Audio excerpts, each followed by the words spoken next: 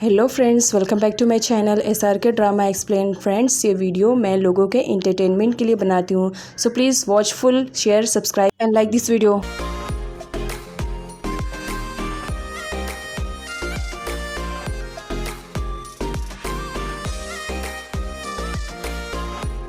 Meeting के बाद का सीन दिखाया जाता है जहाँ जिया के डैड जिया पर भड़के हुए थे। एक तो वो जब मीटिंग में पहुँचे तो उससे पहले ही मीटिंग को स्टार्ट हुए पूरे 10 मिनट हो चुके थे और मीटिंग में जिया अपनी फैक्ट्री के रिलेटेड कुछ पॉइंट्स को भूल गई थी, जिस पर डैड का कहना था, जिया इतनी लापरवाही से काम तुम कैसे कर सकती हो? क्या इस तरीके से अपनी फैक्ट्री को तुम स्टार्ट करोगी? थैंक्स हो मीना का जो उसने सही टाइम पर सिचुएशन को संभाल लिया, वरना अदरवाइज मुझे आज लोगों के सामने कितनी शर्मिंदगी का सामना करना पड़ता, वो भी सिर्फ और सिर्फ तुम्हारी लापरवाही की वजह से। अगर तुम फैक्ट्री में नहीं थी तो बताओ तुम कहाँ गई थी?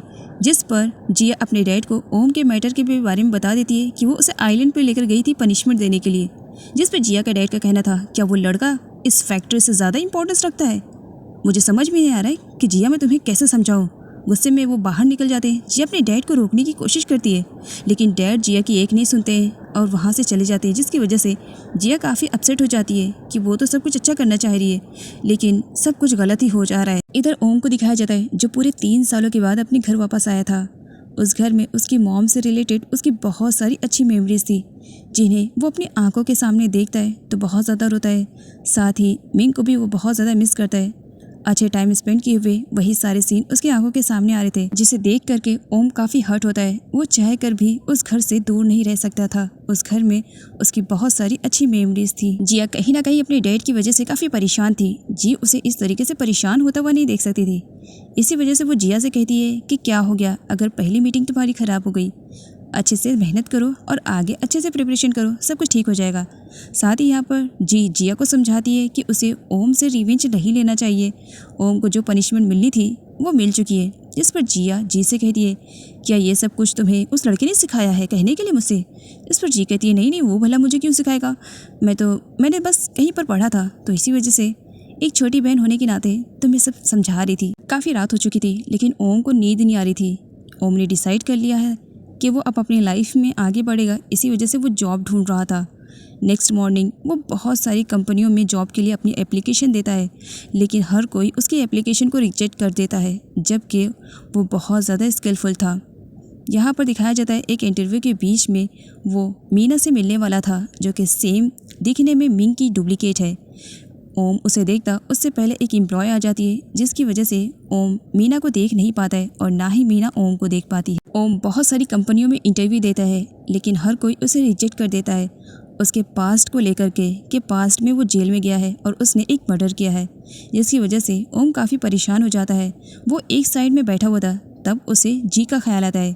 जी ने उसे एक विजिटिंग कार्ड दिया था, ये कहते हुए कि ओम को कभी भी जॉब की ज़रूरत पड़ेगी तो इस नंबर पर कॉल करे। ओम कॉल करने वाला था लेकिन जिया को याद करते हुए वो कॉल नहीं करता है। नेक्स्ट डे जिया जब कंपनी आती है तब जी के समझाने की वजह से वो डैड से सॉरी बोलती है। साथ ही अपने प्रोजेक्ट के रिलेटेड वो बहुत सारे पॉइंट को अपने डैड के साथ डिस्कस करती है, जिस पर डैड का कहना था, कम टू द पॉइंट, क्या बात है, क्या करना चाहती हो मुझे ये बताओ, क्योंकि जिन सारे पॉइंट को तुम एक्सप्लेन करी हो उससे पहले मीना एक्सप्लेन कर चुकी है।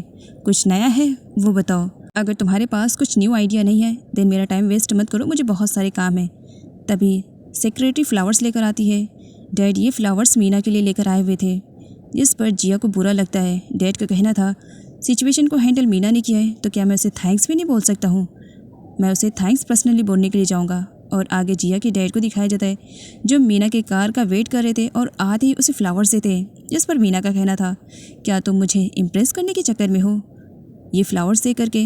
जिस पर जिया के डैड को मालूम पड़ता है कि ये फ्लावर्स मीना को बहुत ही ज़्यादा पसंद है। जिया के डैड का कहना था, ये फ्लावर्स मैं इस वजह से लेकर आया हूँ बिकॉज ये मेरी वाइफ को बहुत ज़्यादा पसंद था। जिया के डैड मीना के साथ कॉफ़ी पीने के लिए कहते हैं। मीना की स्माइल करने पर जिया के डैड का कहना था, ये समझो थैंक्स वाली ट्रीट रहेगी मेरी तरफ से। जिस पर मीना कहती है, आई एम सॉरी, ऑलरेडी मेरी एक मीटिंग है, इसी वजह से मैं नहीं आ सकती हूँ। जिस पर डैड उसे डिनर के लिए कहते हैं। तब मीना सॉरी बोलती है, मैं डिनर पर भी नहीं आ सकती हूँ बिकॉज उस टाइम भी मीटिंग रहेगी। जिया के डैड का कहना था, जब भी तुम फ्री रहोगी मैं तुम्हारे साथ चलने के लिए तैयार हूँ। जिया अपनी फैक्ट्री के प्रोजेक्ट को लेकर के बहुत ज़्यादा पॉजिटिव हो चुकी थी। डैड देख करके काफ़ी खुश होते हैं कि जिया अपने काम को बहुत सही तरीके से करने लगी है। नाइट में जिया के डैड अपनी फैमिली फ़ोटो को देखते हुए अपनी वाइफ से बातें करते हुए कहते हैं कि जिया बिल्कुल तुम्हारी तरीके है, हार्ड वर्किंग वुमेन है और अपने काम को लेकर के पॉजिटिव। अब मैं फ्री हूँ, मैं जब चाहे तब रिटायर हो सकता हूँ कंपनी से, क्योंकि कंपनी को संभालने के लिए जिया अब तैयार हो चुकी है। वक्त के साथ साथ जिया के डैड और मीना अब ऑनलाइन चैट भी करने लगे थे। नेक्स्ट मॉर्निंग अपने डैड के फेस पर स्माइल देख करके जी रीज़न पूछती है, जिस पर जिया मुंह बनाते हुए कहती है, ऑफ कोर्स ज़रूर, डैड की लाइफ में कोई न्यू गर्लफ्रेंड आ गई होगी जिसकी वजह से वो स्माइल कर रहे हैं। तब जिया के डैड कहते हैं कि इस वक्त वो किसी को भी डेट नहीं कर रहे, इस वजह से वो स्माइल कर रहे हैं क्योंकि जी ने अपनी ग्रेजुएशन को कंप्लीट कर लिया है और जिया भी बिज़नेस को अब समझने लगी है।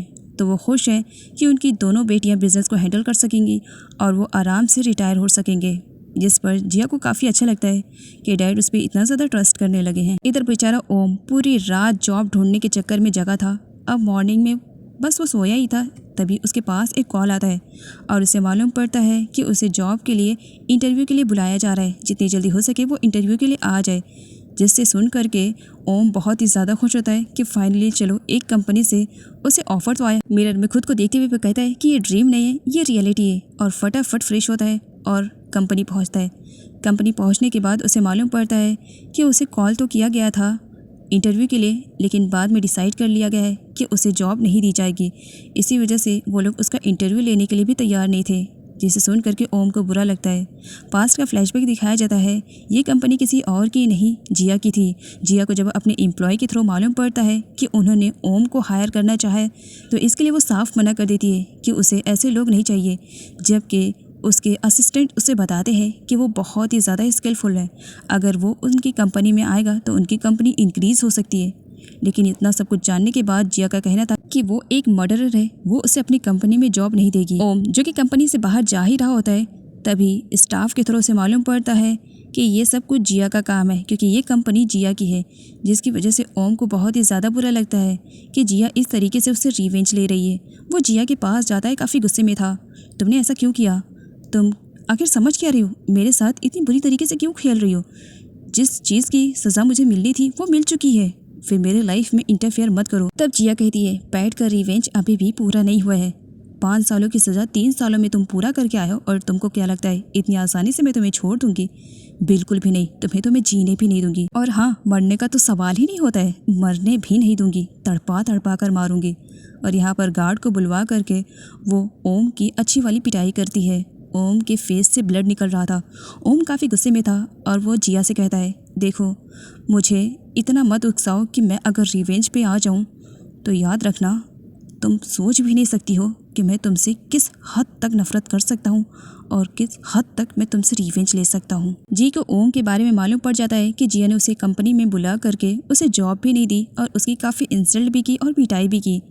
तब वो जिया से कंप्लेंट करती है कि उसे ओम के साथ ऐसा नहीं करना चाहिए था क्योंकि ओम अच्छा है, जिस पर जिया का कहना था, तुम उसके फीवर में ज़्यादा बातें मत करो, और वैसे भी डैड ने कुछ गेस्ट को इनवाइट किया है, चलो मिलते हैं उनसे।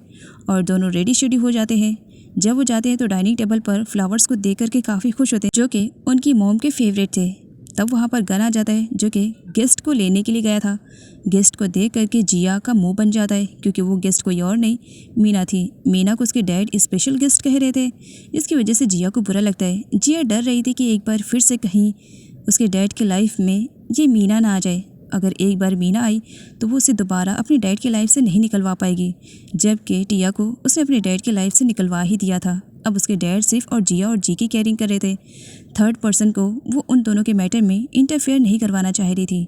इसी वजह से यहाँ पर जिया बहुत ही रूडली तरीके से मीना से बात करती है और साथ ही साथ बातों ही बातों में उसकी काफ़ी इंसल्ट भी करती है। डैड जिया को समझाते हुए कहते हैं कि मीना उनकी स्पेशल गेस्ट है और वो उनके साथ ज़रा अच्छे से ट्रीट करे, लेकिन जिया वो कहाँ किसी के साथ अच्छे से ट्रीट करने वालों में से है।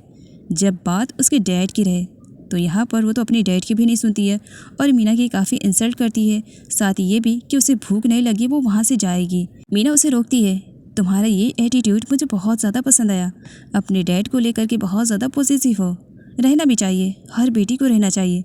वैसे अपने बारे में मैं तुम्हें बता दूं, मैं ऑलरेडी मैरिड हूँ और मेरा एक बेटा है, तो मुझे इस वक्त कोई न्यू हस्बैंड की ज़रूरत नहीं है। आई नो मेरे हस्बैंड की डेथ हो चुकी है, लेकिन मैं अपने बेटे को पालने के लिए खुद ही अकेले काफ़ी हूँ। और जिया के डैड को डिनर पर इनवाइट करने के लिए थैंक्स और गुड नाइट बोल करके वहाँ से चली जाती है। जिया के डैड को बुरा लगता है, इसी वजह से वो मीना को फॉलो करते हुए बाहर आते हैं और जिया के बिहाफ में सॉरी बोलते हैं, जिस पर मीना का कहना था, जिया अपनी जगह पर सही है, आपको सॉरी बोलने की ज़रूरत नहीं है। जिया मीना को जाते हुए विंडो से देख रही थी, जिस पर जी कहती है, जिया इस वक्त तुम ओवर थिंकिंग कर रही हो, ऐसा कुछ भी नहीं है। और मीना के बैकग्राउंड के बारे में तुम्हें तो मालूम है ना, ऑलरेडी मैरिड है और उसका एक बेबी भी है, तो मुझे नहीं लगता है कि जैसे तुम सोच रही हो वैसा कुछ हो सकता है। बहुत सारी कंपनियों से रिजेक्ट होने के बाद भी ओम अपनी हिम्मत को तोड़ता नहीं है। वो एक न्यू कंपनी में जाता है इंटरव्यू के लिए, जहां उसके बारे में जानते हुए भी उसके स्किल को देख करके वो लोग उसे जॉब पर हायर कर लेते हैं, जिसकी वजह से ओम काफ़ी खुश था। यहाँ पर जिया के भेजे हुए गार्ड जिया को पल पल की खबर दे रहे थे कि वो इस वक्त कहाँ पर आया हुआ है। ओम को उन दोनों पर डाउट हो जाता है और उन्हें धमका डरा करके उनसे पूछने की कोशिश करता है कि वो लोग किसकी वजह से उसे फॉलो करें, जिस पर वो दोनों झूठ बोल देते हैं कि वो तो यहाँ पर जॉब के लिए आए हुए थे। और आगे ओम उन्हें चकमा दे करके भाग रहा होता है, तो वहीं पर गार्ड्स जिया को कॉल करके बता देते हैं कि वो साइको लड़का उन्हें चकमा दे करके भाग गया है और इस वक्त वो जिया की कार को फॉलो कर रहा है। जिया डर जाती है, वो मेरी कार को फॉलो कर रहा है, बट मैं तो गन के साथ आई हूँ। और इधर ओम को दिखाया जाता है जो सच में जिया की कार को फॉलो कर रहा था।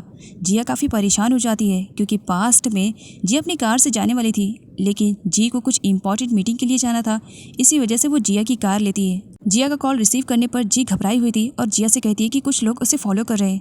जिया डर जाती है कि वो साइको लड़का कहीं अब उसकी सिस्टर को ना हर्ट कर दे, इसी वजह से वो गन से कहती है कि वो उसकी कार को ट्रैक करे। इधर बेचारी जी बहुत बड़ी मुसीबत में फंस चुकी थी, कुछ लोग थे जो उसे जान से मार देने वाले थे। गन की आवाज़ सुन करके जिया और ज़्यादा डर जाती है कि पैट की तरह कहीं वो अपनी सिस्टर को भी ना खो दे।